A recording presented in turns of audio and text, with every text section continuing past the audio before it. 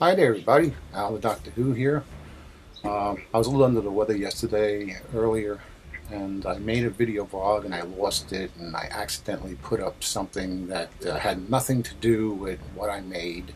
Somehow I labeled it incorrectly, and it put up a video that had absolutely nothing to do with what I made. So I apologize for that. I think the only person that really seen that was Scott. I'm sorry about that, Scott.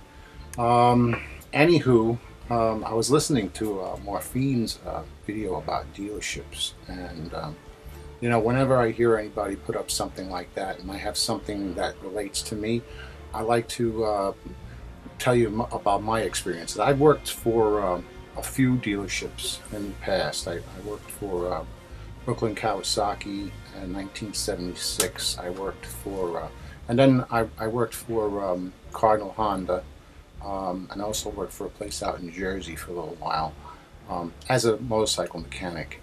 And what they do, these people in these, and if you see what they do, how they repair things,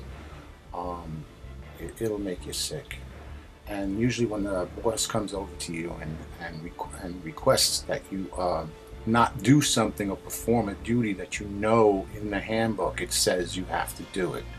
Um, with me, when I check anything that comes in for a routine checkup, I go through the valves, I sync the carbs, not in that order.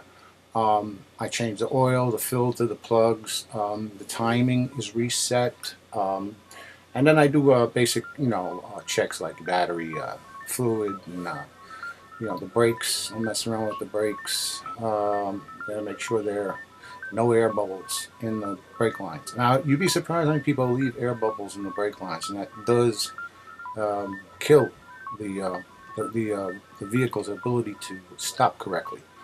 Anyway, um, there was many times that my boss would come over to me and say, just change the filter and the oil and let it go.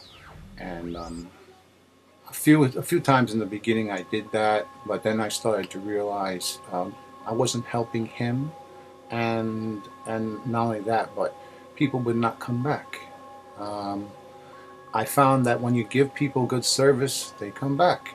I mean, after all, that's what it's all about, making money.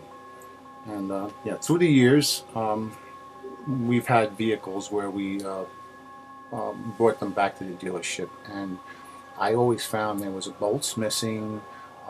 Sometimes instead of removing a whole panel, they'll crack the piece of barrier, which is supposed to be a sound deadening barrier. Then all of a sudden, your car's starting to sound a little bit louder and a little bit more ratty than it would normally. And these are the type of things that really take a toll on a car. You really should, if you really want to fix something, get yourself a manual and read it, and if you can, perform the job yourself. It's usually not very hard when they explain to you the process.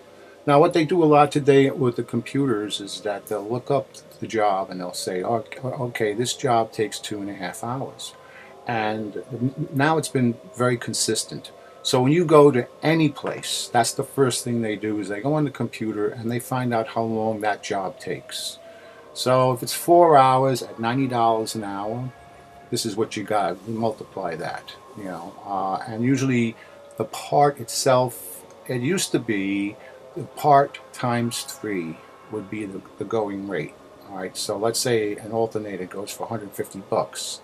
So believe it or not, that alternator, to put it in the car, is going to cost you 3 times 150 bucks. I'm just saying, that's the rule of thumb. But today's standards, they go by looking into the computer, and they know it's a general time period that they need to do that job. So anyway, that's my take on it, on dealerships. You're better off finding a decent, honest person if you can. Usually it's by word of mouth, and and deal with them that way. You know. See what I do a lot of times. I'll make the job easier for people. I'll remove a lot of the parts that will require them more time to do the job. So let's say I come in and I say, all right, look, I can't do this job. I have a bad back. But I removed most of the parts that you would have to take time to remove. I think I might have taken maybe a half an hour, 45 minutes of time out of the job. So can you work with me that way? And you might be able to do that. So anyway, this is out to Morphine. And of course, Scott, I apologize for putting up that video. It was a total goof. So I'm going to throw this guy up today. I love Saturdays. My back is killing me, and I'm trying to stay away from the drugs, but I can't believe how I'm seeing a doctor this Monday, by the way. So we're going to go for another MRI with contrast. That's what I'm going to ask for, and because this is not working.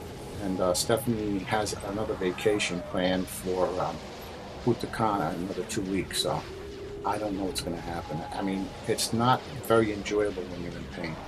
I'll catch you guys later. Love you all. Bye-bye.